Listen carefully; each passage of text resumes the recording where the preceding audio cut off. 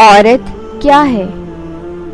عورت خدائے تعالیٰ کی بڑی بڑی نعمتوں میں سے ایک بہت بڑی نعمت ہے۔ عورت دنیا کی آباد کاری اور دینداری میں مردوں کے ساتھ تقریباً برابر کی شریک ہے۔ عورت مرد کے دل کا سکون، روح کی راحت، ذہن کا اطمینان، بدن کا چین ہے۔ عورت دنیا کے خوبصورت چہروں کی ایک آنکھ ہے۔ اگر عورت نہ ہوتی تو دنیا کی صورت کانی ہوتی۔ عورت آدم علیہ السلام اور حضرت حوا کی سوا تمام انسانوں کی ماں ہے، اسی لیے وہ سب کے لیے قابل احترام ہے۔ عورت خود انسانی تمدن کے لیے بے حد ضروری ہے۔ اگر عورت نہ ہوتی تو مردوں کی زندگی جنگلی جانوروں سے بھی بدتر ہوتی۔ عورت بچپن میں بھائی اور بہنوں سے محبت کرتی ہے، شادی کے بعد شوہر سے محبت کرتی ہے، ماں بن کر اپنی اولادوں سے محبت کرتی ہے۔ اسی لیے عورت دنیا میں پیار اور محبت کا ایک تاج محل ہے۔ اسلام سے پہلے عورتوں کا حال بہت خراب تھا۔ دنیا میں عورتوں کی کوئی عزت نہیں تھی۔ مردوں کی نظر میں اس سے زیادہ عورتوں کی کوئی حیثیت ہی نہیں تھی کہ وہ مردوں کی نفسانی خواہشات پوری کرنے کا ایک کھلونا تھی۔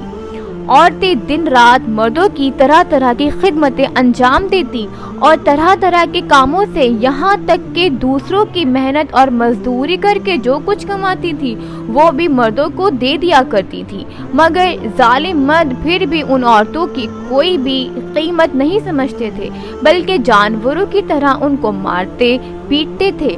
ذرا ذرا سی بات پر عورتوں کے کان، ناک وغیرہ کاٹ لیا کرتے تھے اور کبھی کبھی تو ان کو جان سے مار ڈالتے تھے۔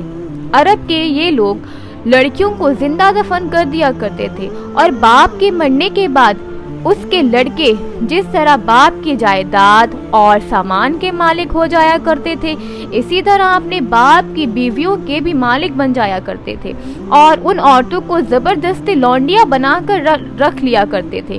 عورتوں کو ان کے ماں باپ، بھائی بہن یا شوہر کی میراث میں سے کوئی بھی حصہ نہیں ملتا تھا۔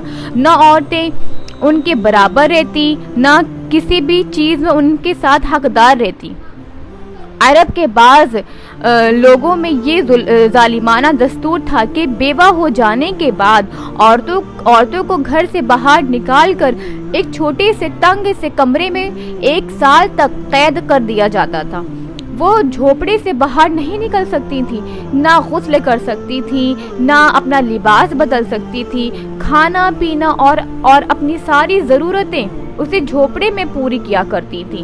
بہت سی عورتیں تو وہیں گھٹ گھٹ کر اپنا دم توڑ دیتی تھی، اور جو زندہ بچ جاتی تھی تو 1 سال کے بعد ان کے آنچل میں اونٹ کی مینگنیاں ڈال دی جاتی تھی اور ان کو مجبور کیا جاتا تھا کہ وہ گلی گلی جائیں اور اسی حالت میں گھومیں، پھر سارے شہر کا اسی گندے لباس میں چکر لگائیں اور ادھر ادھر اونٹ کی مینگنیاں پھینکتی جاتی اور چلتی رہتی۔ یہ اس بات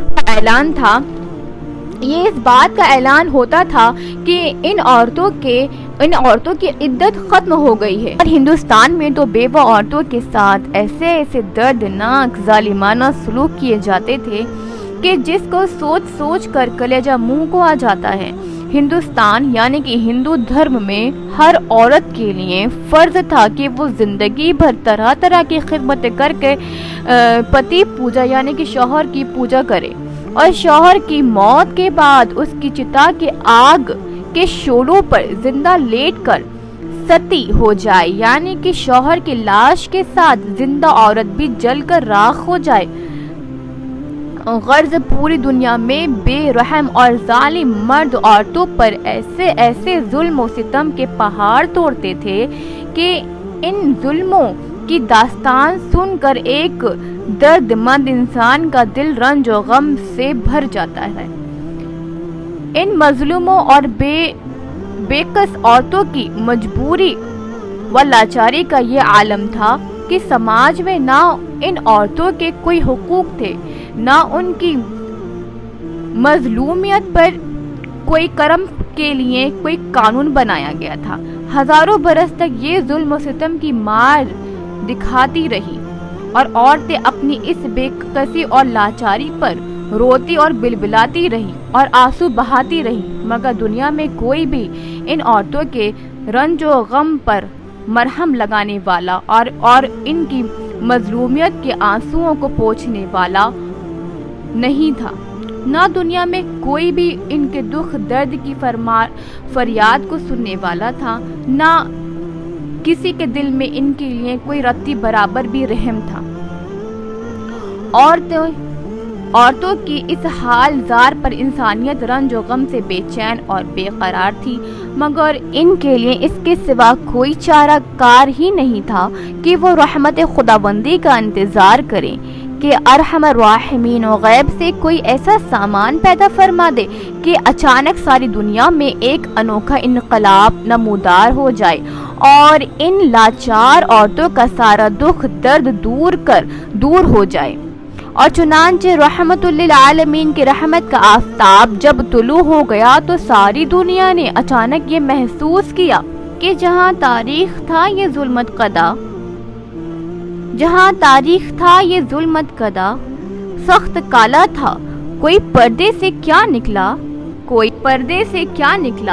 گھر گھر میں اجالا تھا۔ عورت اسلام کے بعد جب ہمارے سرکار دو عالم نور مجسم صلی اللہ تعالی علیہ وسلم کی خدا کی طرف سے دین اسلام لے کر تشریف لائے تو دنیا بھر کی ستائی ہوئی عورتوں کی قسمت کا ستارہ چمک اٹھا اور اسلام کی بدولت ظالم مردوں کے ظلم و ستم سے جھنجھوڑی ہوئی عورتوں کا درجہ اس قدر بلند و بالا ہو گیا کہ عبادات اور معاملات بلکہ زندگی اور موت کے ہر مرحلہ اور ہر موڑ پر عورتوں مردوں کے دوش و بدوش کھڑی ہو گئیں اور مردوں کی برابری کے درجے پر پہنچ گئی۔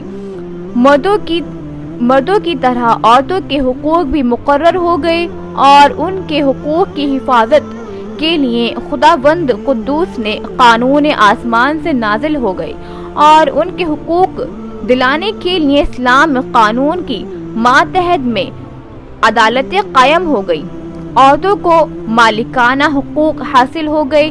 چنانچہ عورتیں اپنے مہر کی رقموں، اپنی تجارات، اپنی جائیداد کی مالک بن گئیں اور اپنے ماں باپ، بھائی بہن، اولاد اور شوہروں کی میراثوں کی وارث قرار ہو گئیں۔